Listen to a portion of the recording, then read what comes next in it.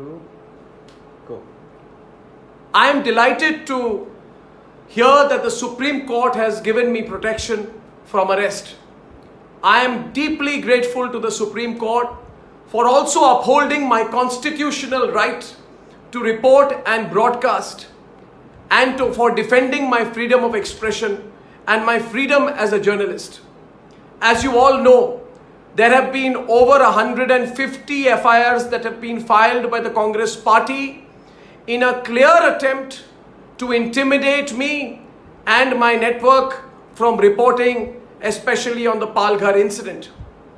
I am very grateful that the Supreme Court has not allowed the Congress party to harass and intimidate me and my network by filing hundreds of cases, especially in states which are Congress ruled. As you are all aware, Congress leaders have been intimidating me and have been threatening me with physical violence. I am deeply grateful that the Supreme Court has noted the violent assault on me and my wife, Samyabrata Ray, editor of Republic, day before night. I am very grateful that the Supreme Court, taking view of the violent attack on me by Congress workers, has asked the Mumbai Police Commissioner to look into the security of my physical establishment, the Republic Network studio, and for me personally. For all of this, I am deeply indebted to the Supreme Court of India. My faith in the country's highest to the Supreme Court of India. My faith in the country's highest court as a working professional has been upheld even higher today. And I bow down to the Supreme Court for the manner in which they have defended my rights as a journalist today. I am deeply grateful to the millions of people who have supported me. I am deeply grateful to citizens of India who have written to me at a time when me and my family are being subject to harassment by the Congress party leadership.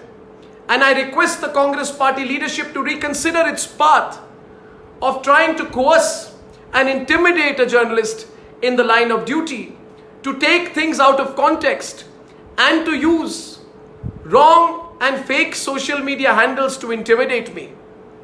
My dear friends, in the course of the last 72 hours, numerous attempts of physical violence and threats of physical violence have been made against me.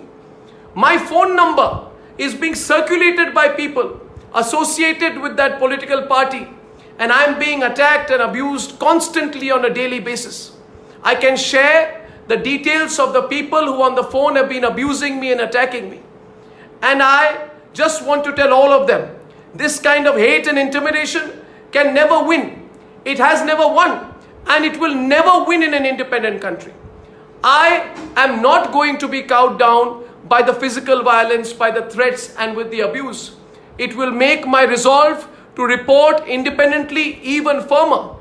And I also want to tell the lawyers of the Congress party that it is absolutely unethical to report independently even firmer.